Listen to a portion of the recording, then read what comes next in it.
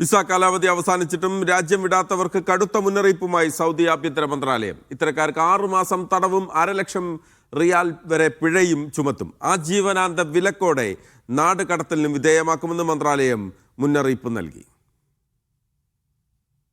ഹജ്ജ് അടുക്കാനിരിക്കെ നിയമലംഘകരായി രാജ്യത്ത് തങ്ങുന്ന വിദേശികൾക്കെതിരെ നടപടി ശക്തമാക്കി സൗദി ആഭ്യന്തര മന്ത്രാലയം.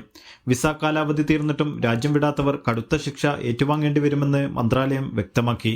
എല്ലാത്തരം വിസക്കാർക്കും നിബന്ധന ബാധകമായിരിക്കും.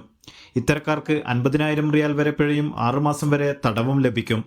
ഒപ്പം ആജീവനാന്ത വിലക്കോടെ നാടുകടത്തലിനും വിധേയമാക്കുമെന്നും മന്ത്രാലയം വിശദീകരിച്ചു. ഹജ്ജ് സീസണിലെ ചട്ടങ്ങൾ പാലിക്കണമെന്നും തീർത്ഥാടകരുടെ സുരക്ഷ ഉറപ്പാക്കാൻ ബന്ധപ്പെട്ട അധികാരികളുമായി സഹകരിക്കണമെന്നും മന്ത്രാലയം എല്ലാവരോടുമായി അഭ്യർത്ഥിച്ചു. Naushad റിക്കൂർ, media 1, Dammam.